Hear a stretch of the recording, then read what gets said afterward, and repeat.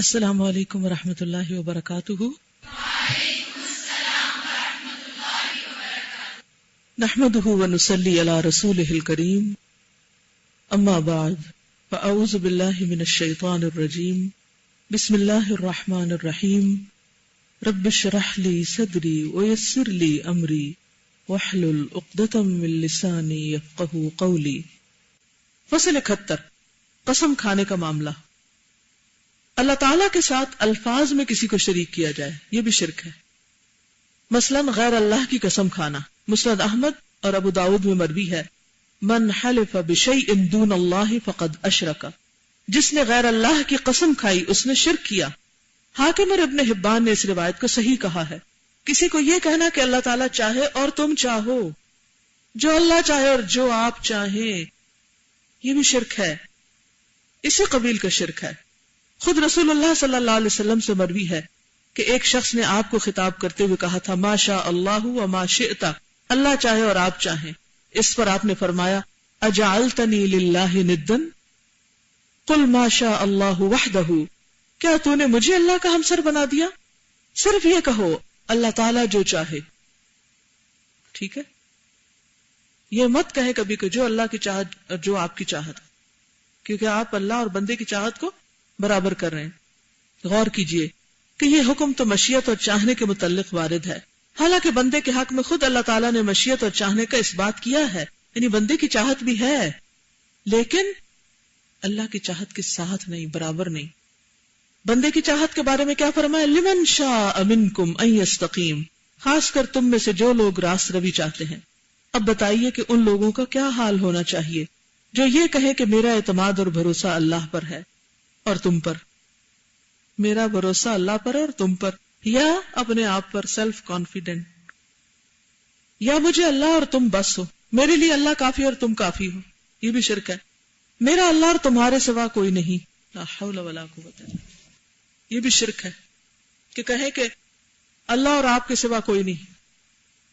یہ چیز اللہ نے اور تم نے دی ہے، انا للہ و انا الیہ راجعون، یہ اللہ کی اور تمہاری برکت ہے، یہ بھی شرک۔ میرے لیے آسمان پر اللہ اور زمین پر تم ہو، جی خفیہ دبیب النمل، چیونٹی کی چال، کتنا زیادہ ہے یہ۔ اچھے بھلے دین پڑھے سمجھدار لوگ کہہ رہے ہوتے ہیں، فَعْلَمْ أَنَّهُ لَا إِلَهَ إِلَّا هُوَ، اس کا علم حاصل کرنا ضروری ہے، کہیں دھوکے میں نہ مارے جائیں۔ آسمان پر بھی اللہ اور زمین پر بھی اللہ ہی کافی ہے، حسبی اللہ ونعم الوکیل۔ ان لوگوں کا کیا حال ہونا چاہیے جو یہ کہیں کہ قسم اللہ کی اور فلاں کی، جیسے تیرے سر کی قسم اور اس طرح کی باتیں، یہ چیز اللہ کی نظر ہے اور فلاں کی نظر۔ اللہ نیاز حسین کہتے رہتے ہیں، میں اللہ اور فلاں کے لیے توبہ کرتا ہوں، میں اللہ سے امید رکھتا ہوں اور فلاں سے، وغیرہ ذالک۔ ان الفاظ کا اس شخص کے قول سے موازنہ کیجئے جس نے حضرت صلی اللہ علیہ وسلم سے یہ کہا تھا کہ اللہ چاہے اور آپ چاہیں۔ غور کیجئے کہ وہ لفظ بھاری ہے یا یہ لفظ۔ یقیناً جس کے کلمے کے متعلق آپ نے یہ فرمایا، اس کے مقابلے میں کلمات اس جواب کے زیادہ مستحق ہیں۔ اس شخص نے تو حضرت صلی اللہ علیہ وسلم کو ایسا کہا تھا، اور یہ لوگ تو ان لوگوں کو اللہ تعالیٰ کا ہمسر بناتے ہیں جو حضرت صلی اللہ علیہ وسلم کی خاک پا کے برابر بنی، پاؤں کی خاک کے برابر بنی، ان کو خدا کا شریک بنا لیتے ہیں، بلکہ جن کی شان میں ایسا کہتے ہیں ہو سکتا ہے کہ وہ اللہ رب العالمین کے دشمن ہوں۔ پس سجدہ، یہ اہم چیزیں ہیں، یہ یاد رکھنے کی بات ہے۔ سجدہ عبادت، توکل، انابت، تقوی، خضوع اور خشیت، عاجزی اور ڈرنا، اعتماد، توبہ، استغفار، نظر و نیاز، قسم، تسبیح و تکبیر، تہلیل و تحمید، حمد و ثنا، خاکساری، انکسار، بغرض عبادت سر منڈانا، گھر کا طواف، دعا، یہ تمام امور محض اللہ تعالیٰ ہی کے حقوق ہیں، ذات الہی کے سوا کوئی بھی ان کا مستحق نہیں، ذات خداوندی کے سوا کسی کو بھی یہ حق دینا جائز نہیں، نہ کسی مقرب الہی کو اس کا حق پہنچتا ہے، نہ کسی نبی مرسل کو۔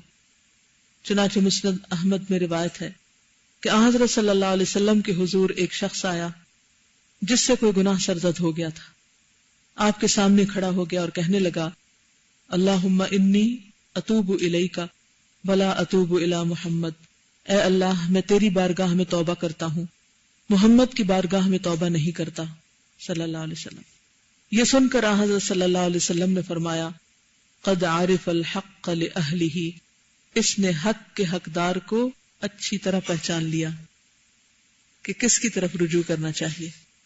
جی اس سب کو پڑھ کر میرے دل میں یہی آتا ہے کہ جو مومن یا مسلم ہے وہ کبھی ایک لمحے کے لیے بھی آپ غافل نہیں ہو سکتے اپنے عمل سے، اپنی سوچ سے. تقویٰ یہی تو ہے کہ وہ اندر چراغ جل رہا ہو کہ جو ہر وقت دکھاتا رہے کہ وہ چونٹی آ گئی، اور اتنا کانشیس ہونا چاہیے کہ چونٹی کی چال کو بھی سمجھیں. بالکل اللہ نے ہم کو حساس بنایا ہے، لیکن آپ کو پتہ ہے ہم کس معاملے میں حساس ہیں؟ اللہ کے بارے میں نہیں، اپنے بارے میں.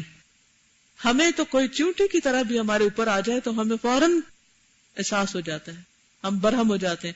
لیکن اللہ رب العزت کے بارے میں کوئی بڑی بڑی باتیں بھی کہہ دے تو ہماری غیرت کو کچھ بھی نہیں ہوتا. جو آخر میں آپ صلی اللہ علیہ وسلم نے فرمایا نا کہ اس نے حق کے حقدار کو اچھی طرح پہچان لیا، ہمارے یہاں شرک بڑھنے کی ایک وجہ یہ بھی ہوتی ہے کہ جس کو شریک ٹھہرایا جاتا ہے وہ اس تعریف کو سن کر خوش ہو جاتا ہے.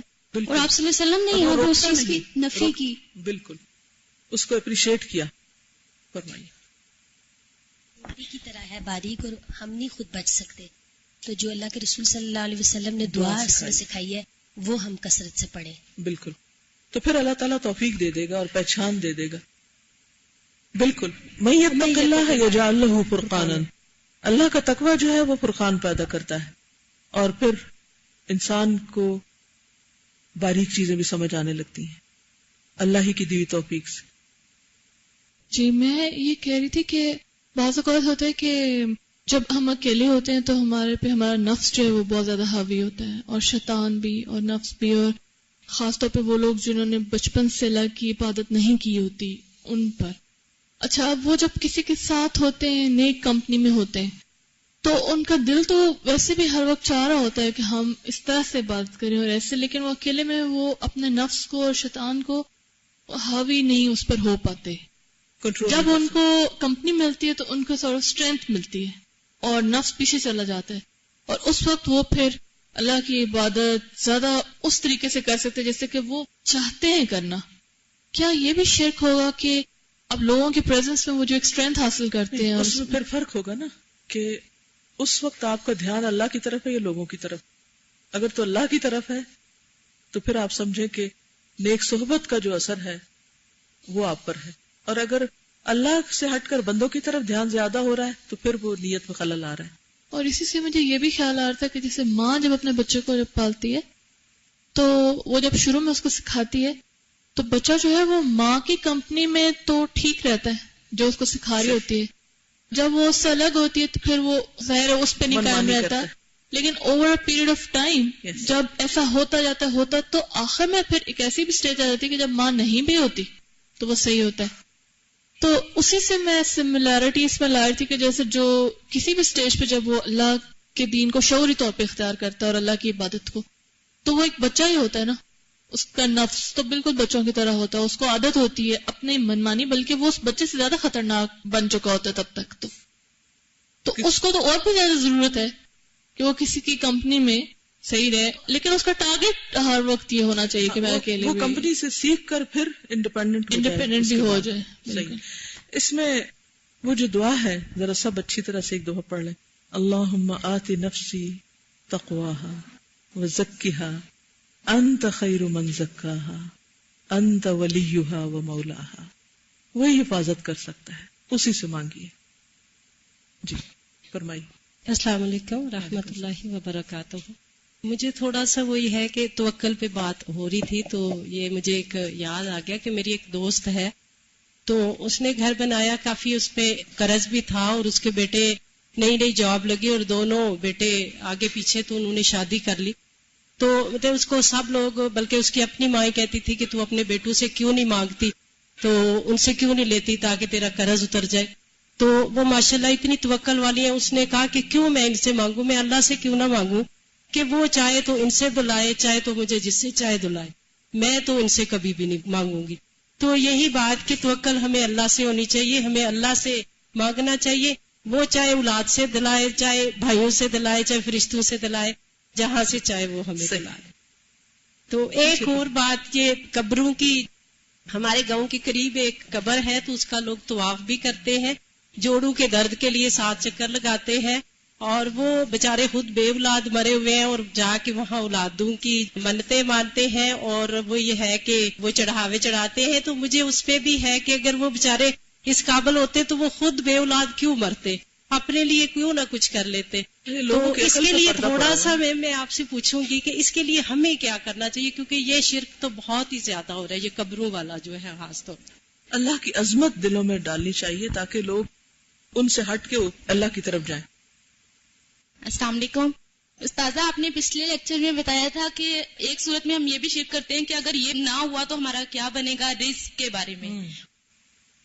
السلام علیکم استاذہ، آپ نے اس میں بتایا تھا حفظ نفس، آپ نے آئی گیس یوز کیا تھا کہ اس کا ایک اور میننگ یہ بھی بنتا ہے، لیکن اگر حفظ نفس یوز کیا جائے تو نارملی دیکھنے میں آیا کہ کچھ نفس کو عادت بھی ہوتی ہے کہ کچھ لوگ پڑھے ہوتے ہیں لا الہ الا انت سبحانک انی کنت من الظالمین، لیکن کوئی بچہ آئے گا تو اسکولڈ کر دیں گے، اس کو گالیاں دے کے بھگا دیں گے، لیکن ان کی روز کی تسبیح انہوں نے وہ پڑھنی ہے لیکن ایکنالج نہیں کریں گے.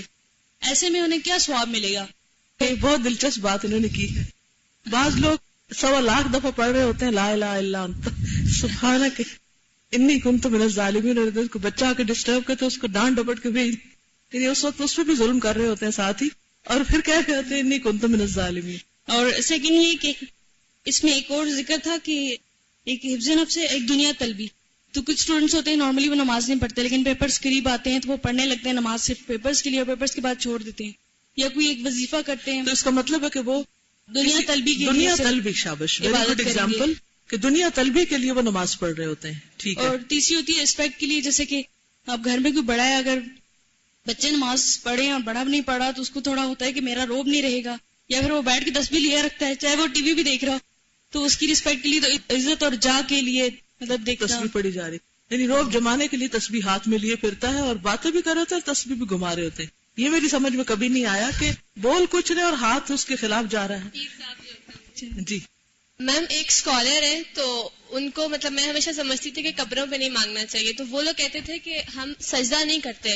جو ان کے پیر صاحب تھے وہ کہتے تھے ہم ان سے دعا کے لیے کہہ رہے ہیں شہید ہے. آپ خود قرآن میں پڑھتے ہیں کہ شہید زندہ ہوتا ہے، تو جس طرح ہم زندہ انسان کو دعا کے لیے کہہ سکتے ہیں، ہم ان کو کہہ سکتے ہیں دعا کے لیے. اوکے، اس کمرے سے باہر جہاں اسپیکر نہیں جا رہا کوئی میرے لیے دعا کرے.